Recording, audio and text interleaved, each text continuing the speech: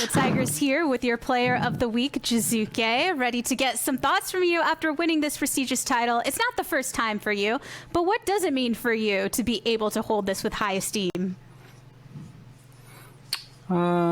Just means have been consistent from last split, and yeah, I'm looking forward to get some more good performances in the split.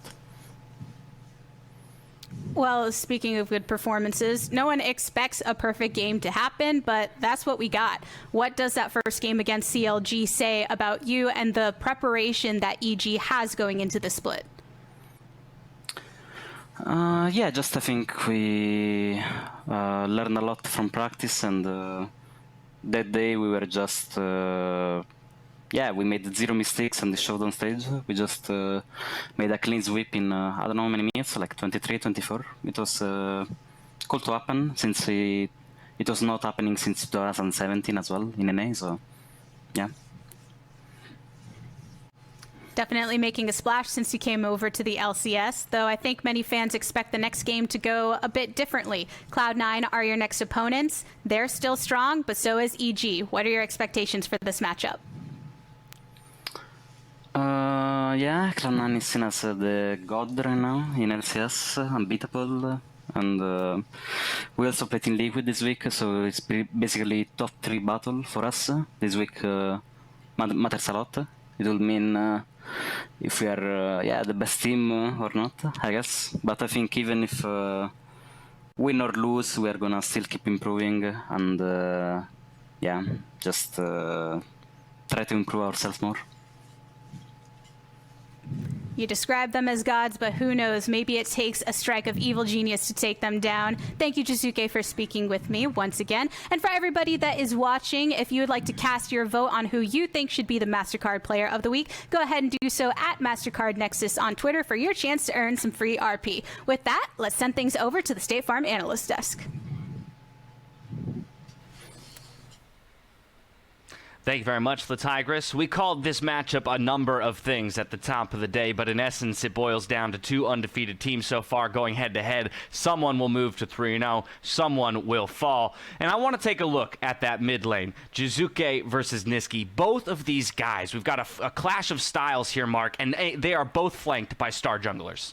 Yeah, it's super interesting. Jiizuke and Nisqy could not be further apart in terms of gold share. You know, Nisqy's at the bottom of the league at 20%, Jiizuke is near the top. And it's so interesting that they play such different roles in their team. I consider Nisqy to be more of like the wingman who's trying to set up his jungler, and that's why his gold share is so low. And Jiizuke is the dreamer, and he never has seen a fight that he doesn't want to take, and he loads himself up with gold to make sure that he can take whatever fight he wants because he's the richest person on the Rift. I mean, it's a combination of styles, but I still think that right now, and from what we've seen in spring, Blaber has been a little bit more consistent. It took a while for Jiizuke to get up there, but you have such a wide range of champions that you can play in the jungle right now to really press the advantage early on, whereas for Evil Geniuses, with the exception of the CLG game, it will take longer for you to be able to influence the map from the mid lane as opposed to from the jungle. Now, granted, it's only a couple of games probably, but those statistics are just terrifying. You go into a game against a team that averages a goal difference of 15 of 4K up. I mean, what's the point of playing? I mean, you say it's like only 2 games, but if you want to just go look at the spring stats we did already, it's like every stat you look at for Cloud9, you're like, this is not possible. This is like a 1-game sample, right? It's like, no, like Jiizuke is talking about they're finally finding consistency and they're really proud of that. Like Cloud9's had consistency already for 4 months and they're keeping it strong right now. So yeah, look at any stats when you play Cloud9, like that's not what you want to do. It's going to get you in the wrong mental headspace. I think what's really cool about this conversation, though, is the fact that both teams seem to have a similar strength in their mid and jungle duos. But that strength shows itself, as you were pointing at, Mark, in 2 completely different ways, where the jungler for Cloud9 seems to be a little bit more of the quote-unquote carry with the resources invested, and on the side of EG, it's the jungler being supportive to the carry of the mid laner. Now, the remaining question is which of those 2 styles wins out when they actually come to a head. I'm sure it's, as lame as this answer is going to be, it's going to be up to execution, because I think we've seen them even play similar champions. And Nisqy does play LeBlanc, but it's often, trying to help his team out and get people ahead using LeBlanc's ability. And Jiizuke also plays LeBlanc, and it's all about him getting fed and being able to murk people all over the map. So, it really does depend on the execution, because I don't think one is necessarily better than the other. I sided with the jungle. I think the jungle early is going to be a little bit more strong, just because you can influence other lanes sooner. You're going to be able to take priority on these objectives. So obviously you want every role to be able to carry, but if your jungler is the one that is stronger, you have so many more options with which to play with the mid lane, whether it's the supportive Gallia, a more carry style Corki, or even a LeBlanc. And you could even try things like Karma. Cloud9 would be one of the teams where I would not have a problem if you're going to be playing something like Karma mid, whereas Jiizuke, hell no, I'd never want to see him be playing that. So I think that EG is going to be way more limited in the draft, but they have been playing very well in draft. They have not lost games because of that. They're not one of those teams that have been just sinking their foot in the mud in that regard. All right, well, all three of you did predict Cloud9, so it's clear that maybe there's a slight lean that direction, but I do think the consistency point is an interesting one, probably, and it's up to EG to prove that consistency here against Cloud9 in this game. With all of that said, it's time for the teams to load up onto Summoner's Rift, so we're going to pass it over to Pastry and Ezreal for Game 3. Thank you, Dash. I'm Julian Pastry Time Card, tagging in for this colossal matchup with a colossal to cast with me. It's Isaac Ezreal coming to Bentley. You calling me fat? No, I'm calling you great. It's going to be a good one, man. I mean, I think these are the two teams that everyone had pegged as the top two coming out of week number 1, right? Team Liquid obviously put another win on the board, so they're definitely in that conversation, have been looking really good. But EG was dominant in their games. Cloud9 has been dominant this entire year long. And I think it's going to be a really, really exciting game. And it's also a test of how good has EG actually gotten, right? Because they have, not only this matchup, but Jiizuke said they have Team Liquid tomorrow. So they're going to have some incredibly difficult opponents, and if they can really maintain the same level of play against these guys, then that is going to be where you can really start talking about EG as one of these very, very top teams that could compete for a championship. Because as we are right now, it still feels like Cloud9, then a big gap, then everyone else, right? And someone's got to really be able to show us that they can challenge Cloud9 before we start speaking about it differently.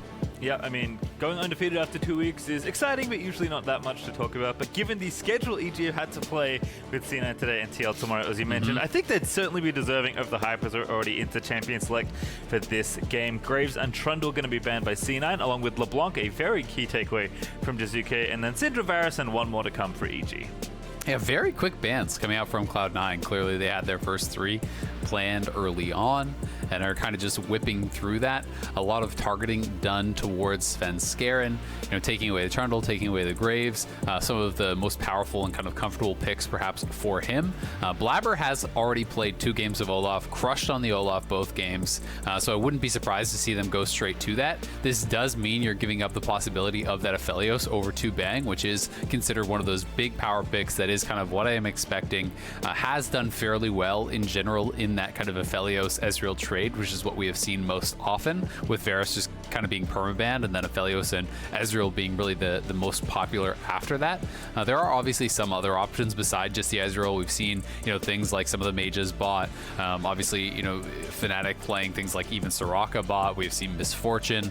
There are a variety of answers, but it does feel like Cloud9 is always really happy to play these poke style comps, and when Yuumi's up and Ezreal is up, it feels like that could just be Cloud9 going Yuumi Ezreal next rotation, because that pairs really well with the Olaf also. Well, there is the Aphelios already locked in, and I think Svenskeren's just having some fun with his old teammates there, but it will be Lee Sin, the lock-in for the jungle. So a matchup we're starting to see a little bit more as well. Lee Sin's popping up all over the place, but as you predicted, there is the Ezreal already locked in, as looks like Yuumi's going to join it, Yep, this is seeming pretty obvious so far. I do think that next this is kind of like where we could start seeing some flexibility here for EG. and they actually did just lock that. So that is going to be the Lulu coming in. Lulu can be played as a solo lane, but we are seeing more Enchanter support also. It can be a fairly good matchup there down in the bottom lane with Aphelios into Ezreal. If you can get up on top of Ezreal and you have these two people auto-attacking him, then obviously you can kind of win out in some of those early trades. Obviously, Ezreal will be trying to keep his distance, and they're going to be trying to use, you know, the prowling projectiles and the mystic shots to poke you down before those fights really do break out. But that being said, we know how well Aphelios can scale. We just saw Mash pop off on it on the previous game with the Lulu speed up, shields, the wild growth all coming in there too. That just gives even more opportunity for Bang to take over a game, and he has been one of the most, I would say, solid performers for EG. Yeah, absolutely a rock for that team, as Phase 2 is actually already done with the bans. It is, in fact, 4 mid lane bans already off the table. Makes Zoe, sense. Galio, Rise, and Twisted Fate, which does indicate, and Crumbs will be very happy about this, Ooh, that it's Volley. not going to be Lulu in the mid lane, but there is Volibear for Kumo. This is, you know, we had Set versus Aatrox for so long, and all of a sudden Volibear's numbers just go up a little bit, and suddenly Volibear everywhere. Yeah, I mean, at the very least, it means Cloud9 doesn't think it's going to be Lulu in the mid lane, right? But, you know, if you throw multiple mid lane bans, there is the possibility of just saying, hey, you just take this mid, we'll pick whatever we want support, and then they'll voice it their bans. But I do expect to be last pick for Jiizuke in that mid lane. I am expecting Lulu to go down towards the bottom lane. The Zoe ban, obviously, to try to deny more of the poke composition, but Cloud9 wants to have that nice pairing with the Ezreal and the Yuumi, so Jayce coming through there is going to help to facilitate that. You generally do want at least, you know, one more kind of poke style champion to be paired with this if you are going to be playing the style that Cloud9 is most known for. Be interested to see exactly where Vulcan does want to go. It is going to be Karma mid, so a lot of speed ups here. This is very, very Olaf centric. It feels like a composition that is designed to, you know, set up around an objective to look for poke with Yuumi, Ezreal, and the Jayce. Obviously, Karma can help out there too. But when it comes time to fight, it's Karma shield, it's Yuumi, all attaching to this Olaf, speeding up the Olaf with these multiple speed boosts. Obviously, the Yuumi ult coming through and really trying to just send this Olaf in to dominate. But Jiizuke answering here with the Kassadin as that final pick here. If he is able to survive the early game against the Karma, who obviously has very strong early levels, the ranged advantage, starting with your ultimate at level 1, obviously, for those RQs. It can be difficult for Kassadin in those early levels, but past that, this matchup becomes very easy. You can start to shrug off a lot of the harassment that Nisqy is going to be looking to do on this Karma. You can look to take it out to a side lane, and this is going to put a lot of pressure on Cloud9 to ramp up the pace of the game, to keep this Kassadin down early, to be sieging on him, you know, exploiting the fact that he has poor wave clear, and really trying to get ahead before this Kassadin becomes online, because there's not much CC, not much lockdown at all to stop this Kassadin. If Kassadin can get to 16, I think Jiizuke could have an absolute field day here. Yeah, I also love how perfectly this fits with the narrative we already set up before the game. Like, we were talking about mid-jungle being the focus of this matchup, but it being kind of different with the jungle is more of the carry for Cloud9, and Jiizuke, the mid laner, is the carry for EG. They could not have drafted, I guess maybe like Azir is missing to maybe really sell the storyline, but like when Nisqy is willing to pick Karma mid for the first pick Olaf for Blaber, who, to be fair, that's the only champion he's played, and much like the rest of Cloud9, he's looked excellent. That's very telling about what Cloud9 are willing to do to enable Blaber, and for all accounts, he's very much worth enabling. Oh, definitely. He's been incredible. And the thing to remember is also, it's not just about, oh, they're just enabling Blaber. It's also just a damn good comp, right? And this is a meta comp. Blaber did forget to buy his machete. I am trying to think about, is there some world in which this was intentional, but I can't really see one. So I'm sure that they will notice and he'll recall to be able to swap that over. So not really going to matter. Actually, a call start for Nisqy. So very interesting. Is just going to be looking for a farm lane. Obviously, this does give you, you know, a little bit of AD for the autos. It is going to be a much weaker laning item than something like, you know, the Doran's Ring. You know, starting with that, because you are going to be able to afford one more potion if you do go that option, and obviously the health there too. But Nisqy feeling like, hey, if you don't think you can pressure the Kassadin whatsoever, and you do not think that they can kill you with this Kassadin, then just go to farm, right? He's going to want to rush towards the supportive items most likely. There are different build paths for this mid lane Karma. Some people will go things like Ludens into support, and then there is kind of more of that supportive role, which I think he might fill this game, which is just generally like Athene's Rush into Redemption, Ardent Sensor, these types of things, and you just use your extra gold to rush that out really quick, and you can have extremely powerful first item power spikes where, you know, he has that Redemptor, he has that Athenes, and then Cloud9 look to group around objectives and utilize that cheap early item plus the power of this Olaf to have an incredible team fight. Well, I can report that Blaber's early misstep has already been fixed. Blaber did realize go back and shop, and now is indeed starting his jungle with the machete. He did walk away from the fountain without buying it once again, but he realized and didn't waste any time. Is easily able to take down this blue and this Gromp, so he's going to go ahead and clear the rest of this side of his jungles. Zven is doing the same, but of course that means the jungles are on the opposite side. So we'll see if they do want to influence any of these lanes early. But I imagine across a lot of this map, with maybe the exception of top lane, we're going to get a fairly quiet laning phase. Yeah, I would think so. You know, down here on the bottom lane, generally, you know, if something's going to happen, it's going to be on the back of a lot of poke landing and kind of whittling people down to where you can then start to threaten. I think a lot of the focus is going to be around, you know, mid jungle, that style of play, especially because of the matchups, but also the champion pool here, right? You know, and we have Karma, who's going to have perma push in this mid lane, going to be looking to farm, and Karma plus Olaf, that duo is just going to be insanely stronger than what the Lee Sin Kassadin can bring in the early game. Kassadin is pretty worthless in those skirmishes, and Olaf supported up by this Karma just becomes that much stronger, because as Olaf gets lower in HP, your damage is actually ramping up, and you can actually save your shields as Karma, and you can shield, you know, at that low health so that the Olaf isn't getting burst down, and you have the additional healing coming through, the additional attack speed coming through, and you can get to this position where you are just crushing in 2v2s and skirmishes around scuttles and dragons. Yeah, we talk about it a lot, but often when, you know, aggressive junglers are in meta, your mid laner's job is to make sure that your jungler can do whatever they want to do. In this case, if Blaber does want to move into invade, he absolutely has the ability with how strong these early levels for Nisqy are, and we can see that he's around the area, but maybe is convinced that things are cleared out. Svenskeren looking for Licorice, but that first Q does not connect. And you can actually see when the camera showed that bottom lane, how scared Zeyzal and Bang were actually playing. You know, this freeze may have been broken, but there was kind of like a miniature freeze that had been started by Zven and Vulcan, because, you know, EG knew Svenskeren was playing top side, Blaber's likely bottom side, so if you're pushing it into the tower, you can just be ganked and killed off by this Olaf who's going to be down here. Olaf already has a huge farm advantage. You can see, you know, multiple camps ahead, took one side scuttle on that bottom, but, you know, stole away the wolves, power cleared a lot more quickly, you know, already back to base, has the Chilling Smite, has a longsword, so it is going to be as expected. One of those full damage Olaf builds. Warrior, Black Cleaver, Death Stance, that sort of style I think is really going to be what makes sense here. When you have multiple supportive style champions behind you, you have got to have the damage to kind of justify that backing, because Karma is not someone who's going to have high consistent damage in a team fight. No, you can see Zven there. He's getting the pressure up with Vulcan, but again, we are going to just see probably a lot of trading of farm. Blaber's pressure will help, like you mentioned, kind of balance these lanes out sometimes, but he did go ahead and take the Wolf Camp. He's busy just speed farming, currently with a massive XP lead, although I imagine Svenskeren is not too far away from at least level 4.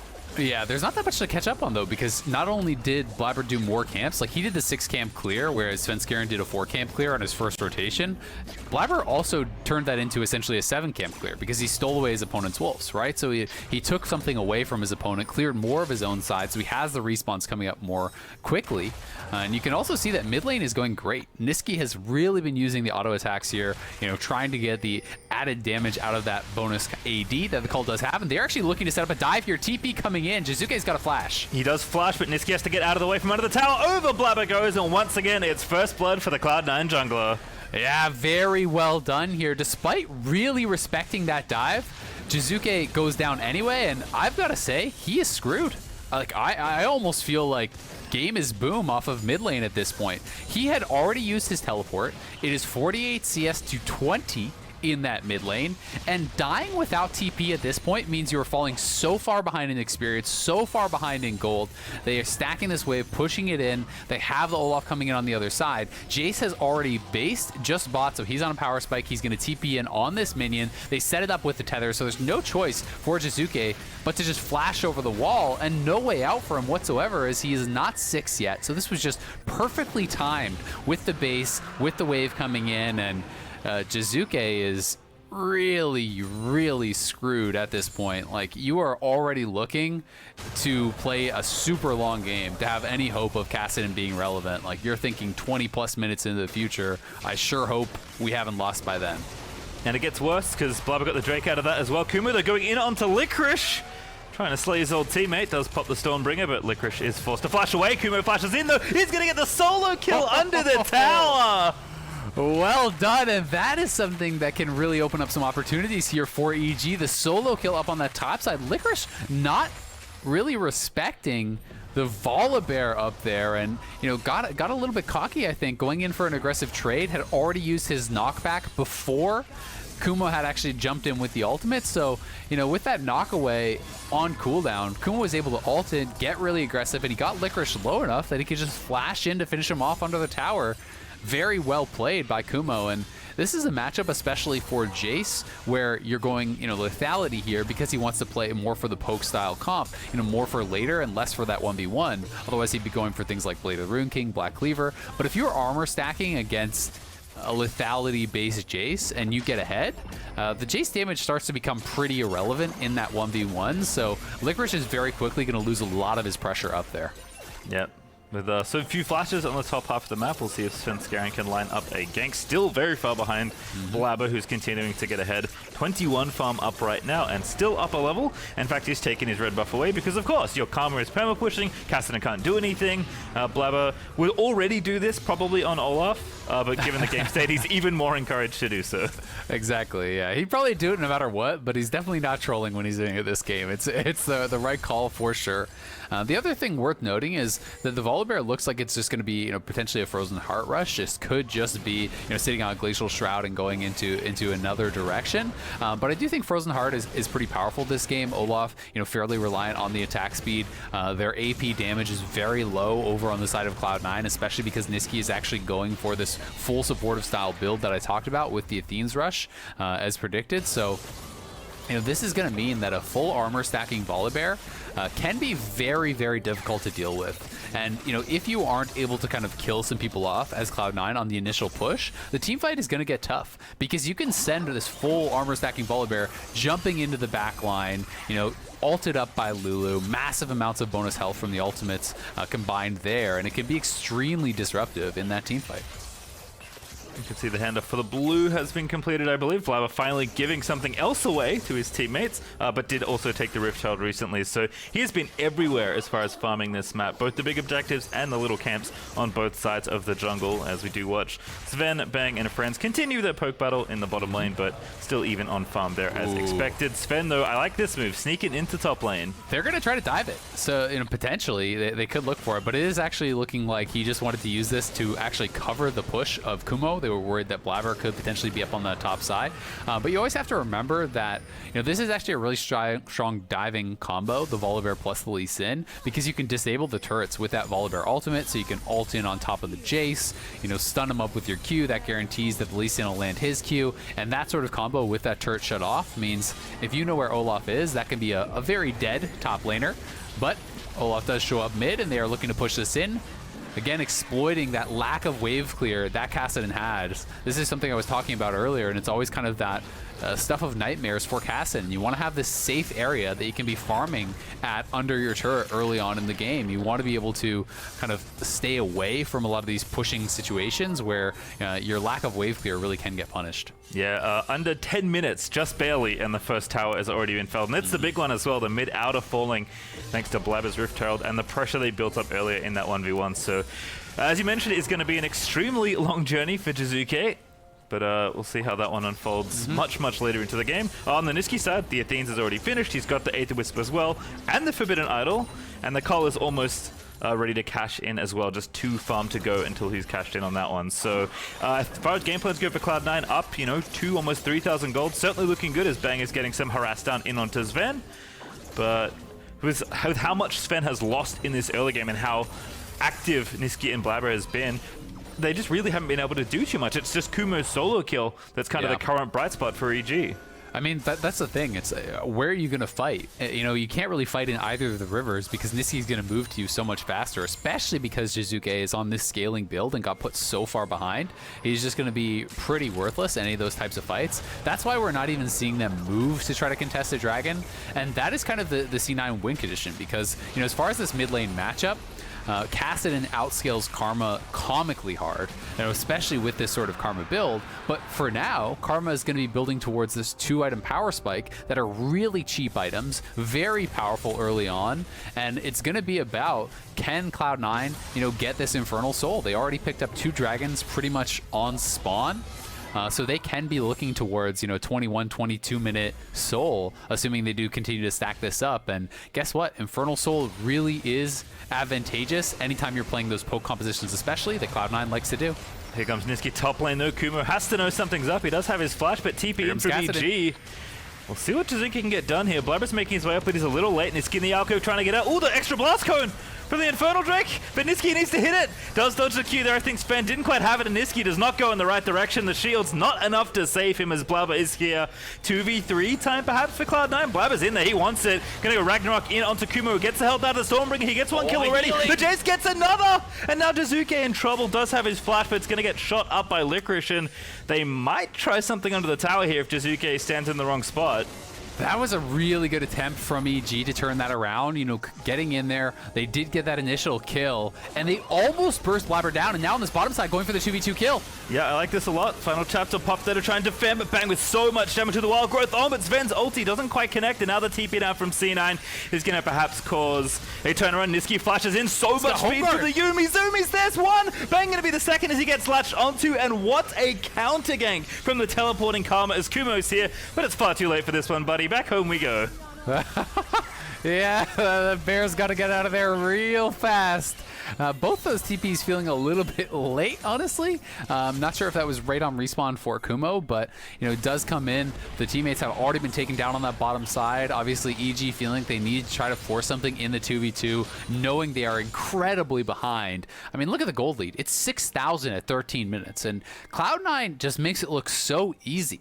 Right? It's not even that they've had a million fights, but just casually, Blaber has double Svenskeren's farm. He has 3 kills. The initial play here, I do think, was good from EG because they know their jungler is here first, so they can answer with a 3v2. Blaber is not there yet, so they have the initial play. It did feel like maybe there was some misclicks here from Nisqy. I felt like he could have got out a little bit earlier. You could see he actually stepped back. I think that was trying to dodge a Lee Sin Q. Trying to sidestep that, but maybe if he just ran straight to the plane, he could have survived. Then Blaber, always confident things are going to work out for himself. Look how low he gets here, but he gets that initial kill. Triumph heals come through. He is stacking that Conqueror. He has all of the self-healing coming through from that low health and is able to survive, pick up multiple kills. Oh, and did Jiizuke actually die here too? Is this something that we didn't catch off screen? Oh my God, no. That is embarrassing. And that is just something that happens. I play a lot of Kassadin, and that's just something that happens when you have these games where you're so far behind and everything feels so bad, and you just get in this mindset of, I've got to make something happen. But up on that top side, too late already. Oh my God, that poke is ridiculous.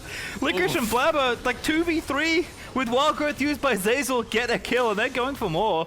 Oh, looks like Yuumi's here as well. Okay, so he's a 3v3, now a 3v2. It's a 4v2. Yeah, everyone's up in here. The Ezreal ult's through. Nisqy's coming in. See you later. Zeyzal, Exhaust is down. That will be a trade kill, but Kumo maybe not so lucky to get out of this one alive. He's still ticking up the health for now, but the Yuumi Q from Vulcan hooks around the tower. They'll take it down as well. And Cloud9, I mean... Stop it, Pastry. They're already dead. 7,000 gold lead, Cloud9. Leave them alone. They have families. This is just an absolute slaughter at this point. But, yeah, I mean, Jiizuke now going to get TP'd on. They'll see if they can catch him. I don't know how many Riftwalk stack he has, but he could be in trouble here. The phase rush is proc, so Licorice has got flash as well. Does not burn it, but does force Jiizuke's summoner away and does get him fairly low. So the threat's continuing. There is also a dragon up in 45 seconds, but that's been very low on the priority list for us today because of how much else has been happening in the top side of the map. But Blaber... Yeah.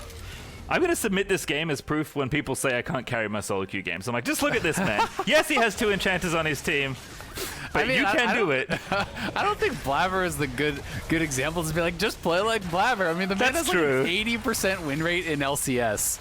I would never get that in solo queue, so I think it's pretty next level. This man is smurfing LCS at this point, basically. But yeah, I mean, the Dragons, as you say, haven't really been a big focal point, but only because EG has no chance to contest them. They have been, a big effort from C9 to stack them up. And guess what? Again, on spawn, Blaber is there. They are already on their 3rd dragon here at 16 minutes.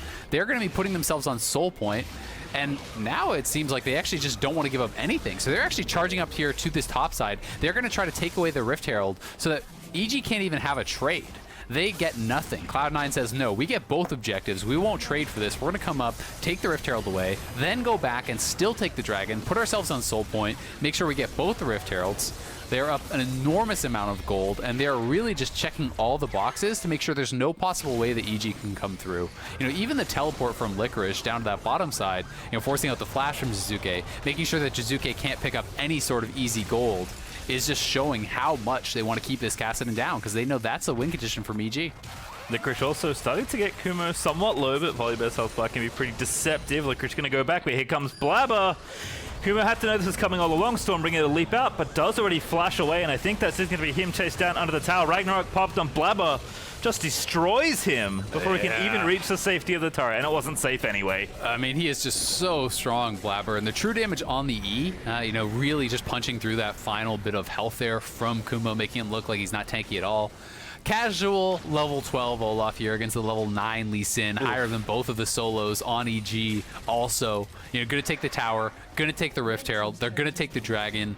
There is just really no chance at all for EG in this game, and Cloud9 are leaving not even the slightest bit of doubt as to who the best team in the LCS is. You know, we come into this, everyone is hyped to watch two of the most powerful teams from week 1 duking it out, and Cloud9 is saying, yeah, EG might be good against other teams, but they haven't played us yet. Yeah, they'll be happy to at least watch the most powerful team in the LCS, which is very clearly Cloud9 at this juncture. And you know, why not clean up the whole map when you're 8,000 gold ahead at 18 minutes in and your jungler's smurfing in the LCS? I mean, again, Zven and Vulcan are back on screen, but we haven't needed them too much. They've just been happily farming. Even Zven's up 25 CS on Bay. Yep. Yeah, I mean, they haven't been the focus, right? And when you pick Ezreal and Yuumi, they can take over a game. You know, they can be, you know, incredible in the late game and do still have the ability to win early. But you also don't need to really do anything to help them out. They're able to survive pretty much any matchup because they have really good long-range farming. They're very safe against ganks with the, you know, the arcane shift. So there's just a lot going for it, and it's a big reason that we see Ezreal played so consistently. You know, even the ability to take teleport, due largely in part to the safety that Ezreal has, just kind of built into the kit. It makes it feel really, really good to play, and it also is kind of lining up well. You have this quick 2-item power spike that is going to work great with Nisqy. You can actually see double Athenes has been bought for Cloud9, so there's going to be even more healing and kind of surprise shielding coming through in a lot of these team fights. Yeah, looks like also a death cap is coming up next for Nisqy, which I do like, especially as a very snowbally purchase. Kumo, though, in a 1v3. Licorice got him low already. Final chapter is going to get the root, but now it's a 3v4. C9 not going to overstep their bounds, but here comes the cavalry. Blaber and Nisqy rolling in there. And EG better run. Yeah, I don't think it's safe on your own tower. Blaber says, oh, I'll check it out later. Does get himself low-ish, but the heals are massive. He will flash out, but they'll take the tower, at least get it low for now. I mean, Jiizuke does have TP, but he doesn't want to join this fight if he doesn't have to. He needs to pick up farm somewhere.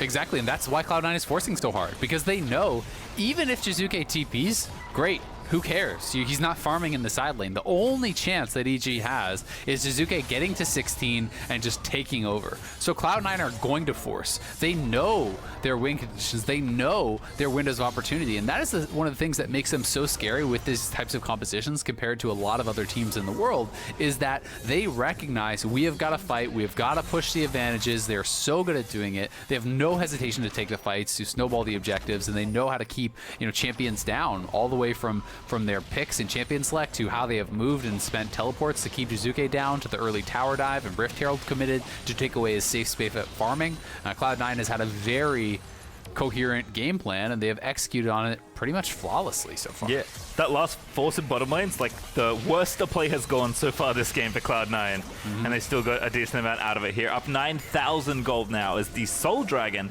is up in under 2 minutes. Which, again, we haven't even had a real contest for. It's just been extra farm in Blaber's column. Yeah. I mean, the question is, it's like, it almost sounds sad, but does EG even try to contest the Soul? And the real question is just like, is there any realistic chance that you contest and it works? And that is a question that EG has to ask themselves. Because I think there's actually not. And, you know, as sad as it is to just give up an uncontested 4 straight dragons and Infernal Soul against poke comp, I think they might have a better chance just waiting the extra time, praying that Jiizuke can get to 16 before Elder or something and holding out there. But I mean, it's going to be like a 1 in a million type game at this point already, because their wave clear is pretty poor. If if EG gives up the soul, they're going to give up the Baron, and they just probably don't have the wave clear to hold on at all. Yeah, and Cloud9 just barreling down mid right now. Had the mid tier 2 more than low enough. So the poke will ride in. Yuumi Qs and Ezreal ultis across the mid lane as Zven is working on this tower. Top lane also under attack. Yeah, you better run, Jiizuke. Does have Rift Block, but Nisqy's already locking him up. He's going to be exhausted by the spellbook swap, and that's going to be a kill. He flashes on. He's going to try and get 1 kill onto Nisqy, but the heals, they work on everybody. And now Kumo has gotten himself into a fight that he didn't want to be in. He's rooted down and double killed as Blaber grabs the second.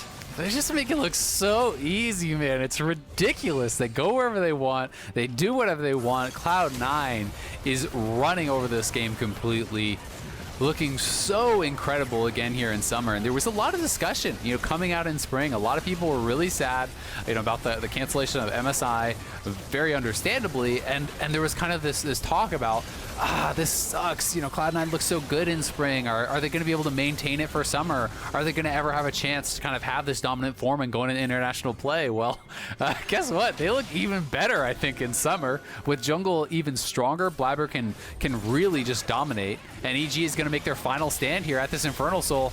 And good luck. You asked the question already, but Blaber's already got the cat attached. He's going to run in. Ragnarok popped. Everybody run. Just run. There's nothing you can do. Svenskeren, the first to fall. The already uncontestable Soul Dragon is now really uncontestable. And C9, they'll take the pick and take the dragon. There's nothing else they need to do. No, there really isn't. You can see Zven and Licorice trying to just zone them off at the top here, poking them out. No way for EG to even attempt Kumo. any kind of approach there to that dragon. They had already killed off the jungler, but they don't even want to let anyone from EG get near. They don't want any sort of miracle steal to happen. They really are just making sure there's nothing at all that EG can do. And now with the Infernal Soul, with the Baron buff, it's hard to see EG, living out this next 2 minutes. Yep, Death Dance finish for Blaber, Deathcap plus Bastion finish for Nisqy, Shirley's Reverie finish for Vulcan.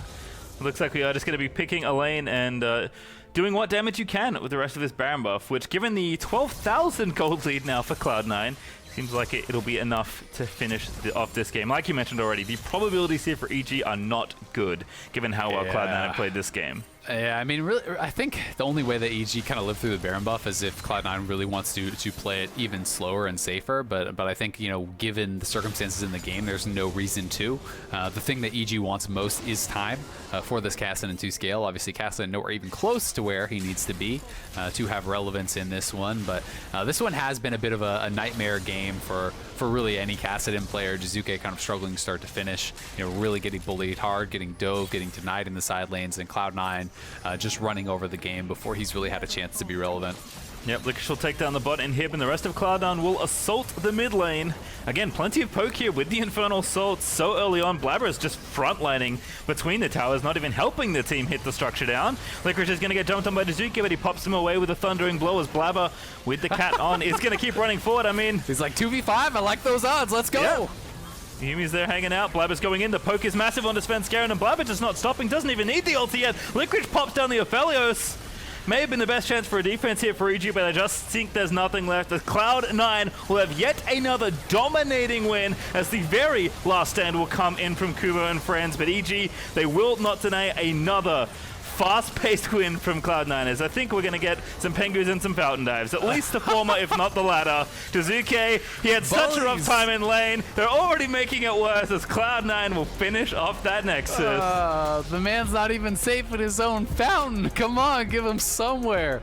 Jiizuke having a rough one in that one, and Cloud9 again crushing through here, really emphasizing Blaber. 3 straight Olaf games for him.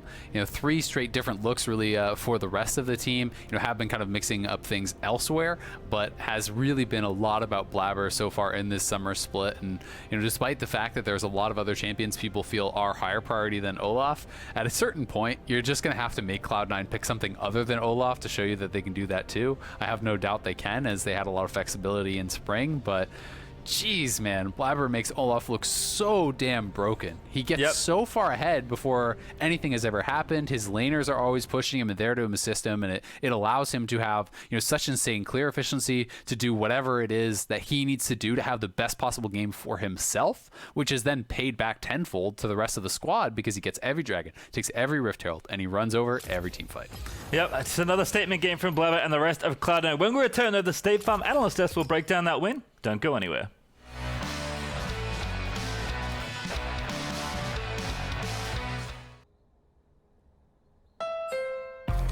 Look forward, hit the gas, focus on the road before you.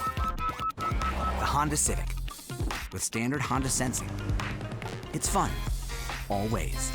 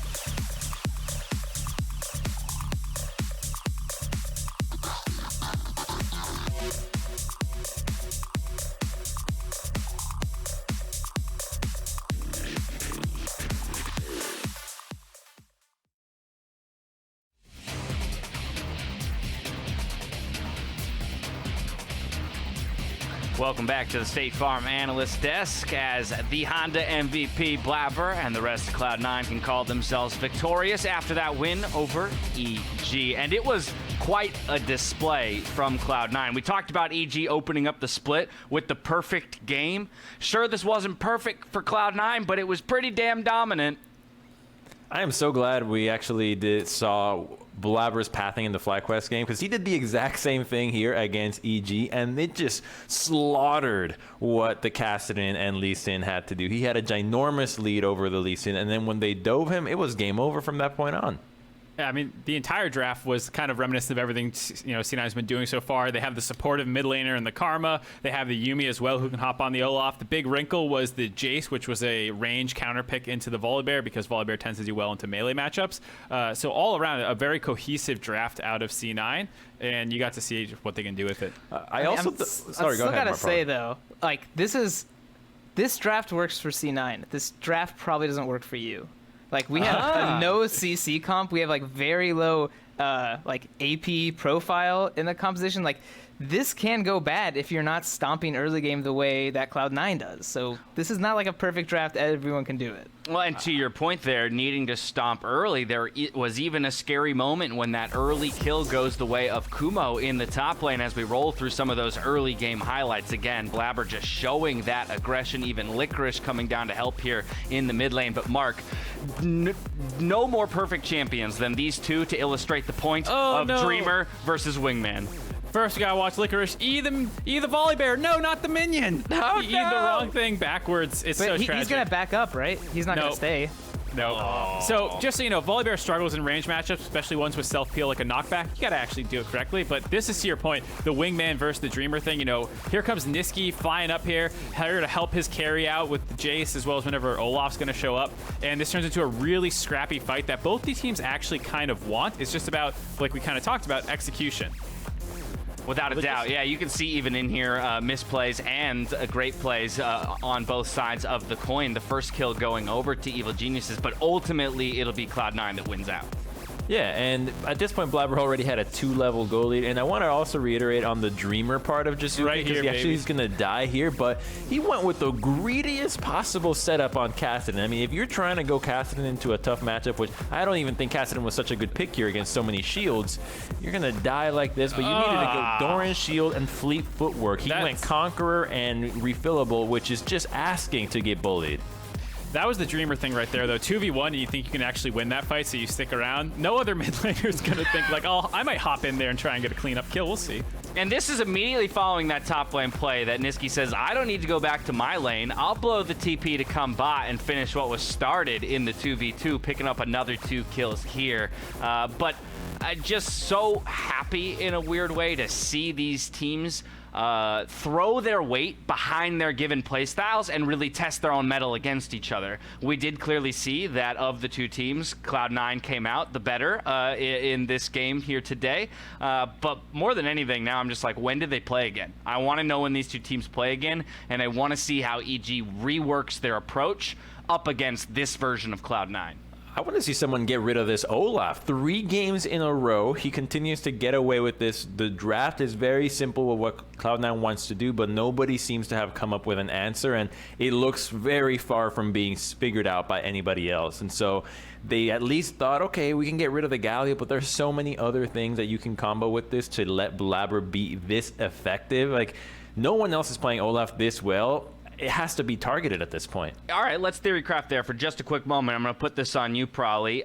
We've noticed, and Crumbs pointed out that trend of the Graves Trundle bans with that early priority on Olaf for Cloud9. If you were on the red side, like EG was in this position, you saw Graves Trundle banned in those first 2 ban phases, what would be your response? How do you get around this Olaf, or what do you pick in response knowing the Olaf is coming? Yeah, so I'm going to avoid the 3rd ban Olaf, because that's probably the easiest solution to get him off Olaf. But yeah, Crumbs and I were talking about this during the game going on, and yeah, I think Kindred's a good matchup into it. Sven's very successful at playing it. I think a lot of carry junglers played Kindred growing up, and Karma in the mid lane is pretty great, especially because there's a lot of early push, so that might shut Nisqy's early game prowess down a bit. So Kindred and Karma have a lot of synergy together. It also synergizes well against Cloud9, so that's something I'd like to see pulled out. I think EG probably shouldn't pull it out because I was going to Karma's a say, weird Mark, champion then for the him. question becomes, how do we convince Jiizuke to play Karma?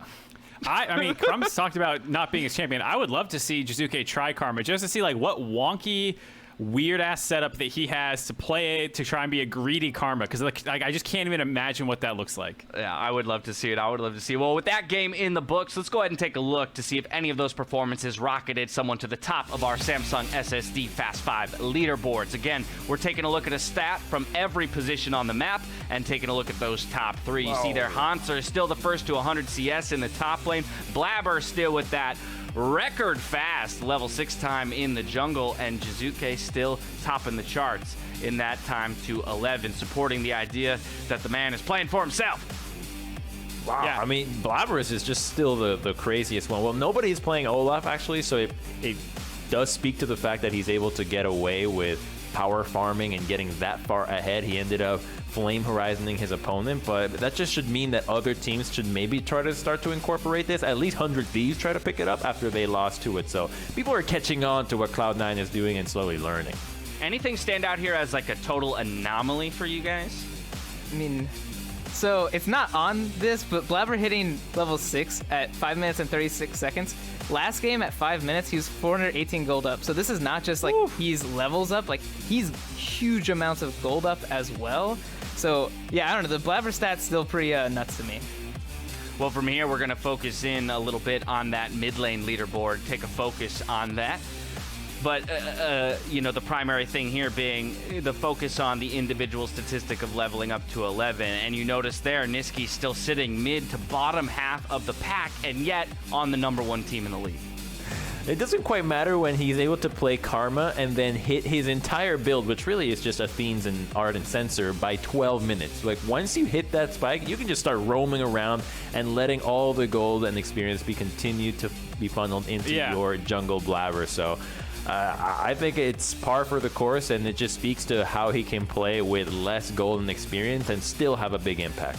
I was going to say, it's interesting because they took the mid turret at like 10 minutes into this game, you know, and like you said, full build at like 14. So it really shows that it doesn't matter to Nisqy at all what his individual level is, because he's doing such a good job of getting the entire team ahead. You can't argue with that, and again, I come back to this. So how does it get stopped? How do you dismantle mid jungle from Nisqy and Blaber? We've talked about the options of removing things for Blaber, but should the solution actually be found in the mid lane?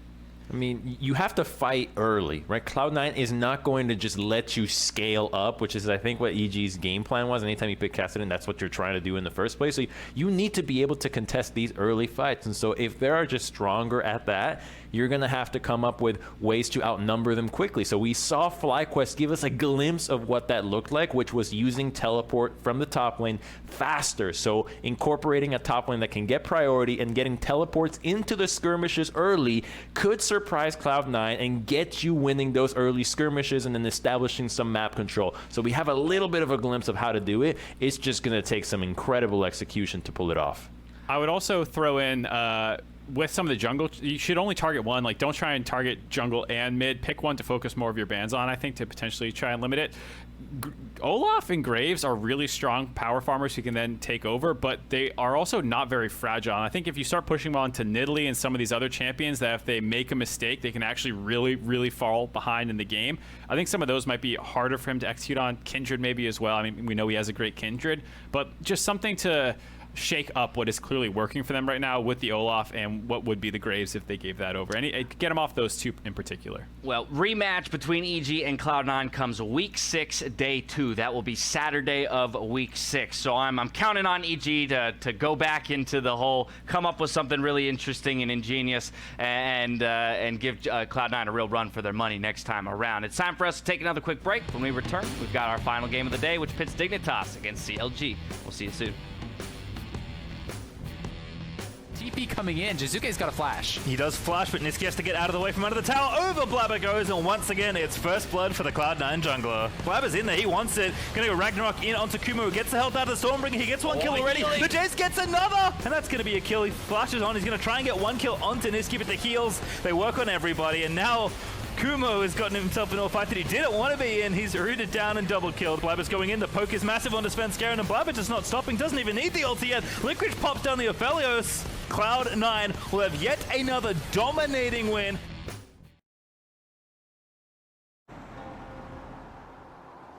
I'm Randy Diaz, mayor of Seltzer, Pennsylvania. If you love Bud Light like me, you'll love Bud Light Seltzer. It's a hard seltzer from Bud Light. It comes in 4 flavors and tastes great. Bud Light Seltzer. It's unquestionably good. If you don't love Bud Light, you'll love Bud Light Seltzer. It's not Bud Light, it's hard seltzer. It comes in 4 flavors and tastes great. Bud Light Seltzer. It's unquestionably good. Questions? Call us now.